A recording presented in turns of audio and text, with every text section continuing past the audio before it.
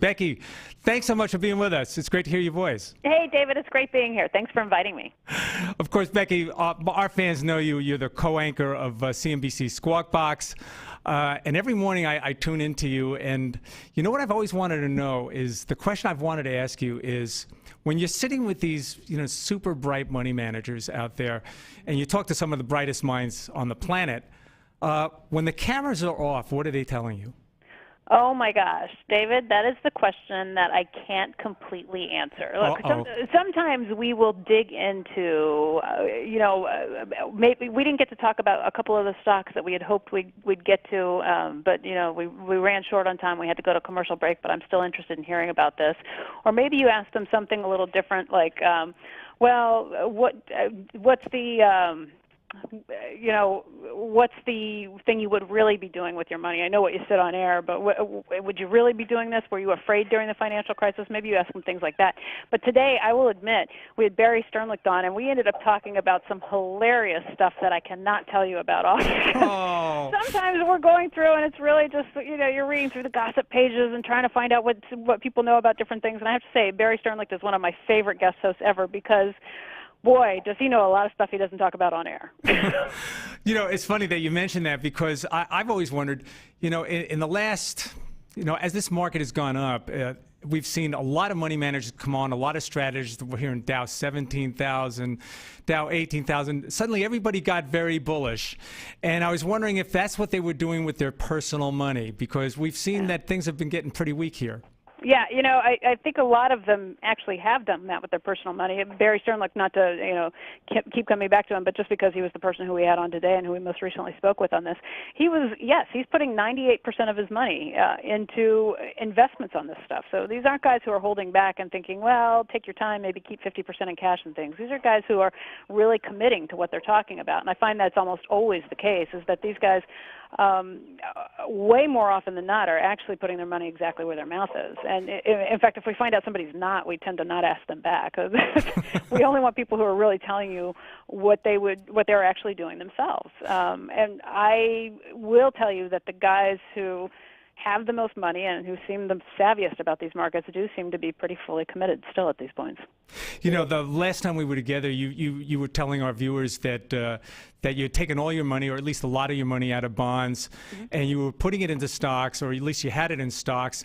And yet, in the last few weeks, the action has been kind of disturbing in the markets. Yes, the markets seem to close up today, but we've had some weak numbers in the last several data points that we've seen have not been that good. We've got a very important number coming up tomorrow, the jobs number.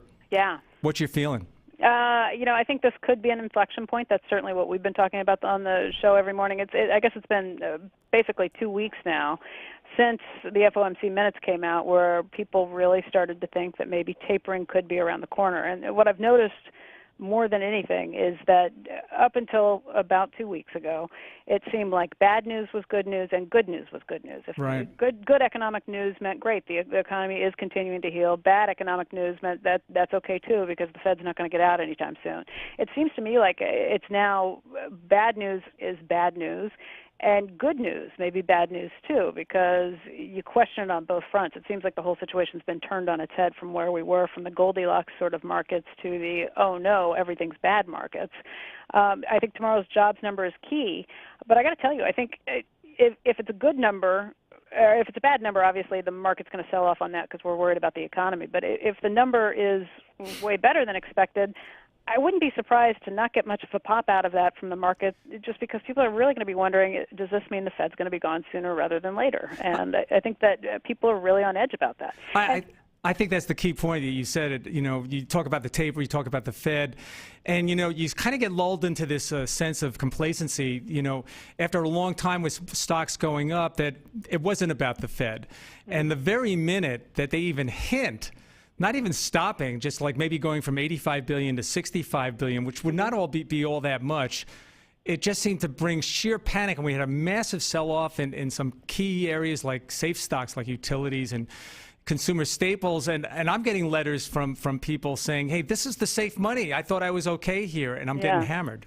Yeah, what I will say is this could be an inflection point. My guess, though, is that if there is a big sell-off, it's not necessarily something that I think is. It could be a temporary situation. And there was a Financial Times story. They led the newspaper one day this week. I can't remember if it was yesterday or the day before, but on the front page of the Financial Times, it pointed out that all of the bond funds, all of the major bond funds lost ground in May. May was a really difficult month for any of the bond funds. And so, ideas of safety are all going to get turned on their heads too.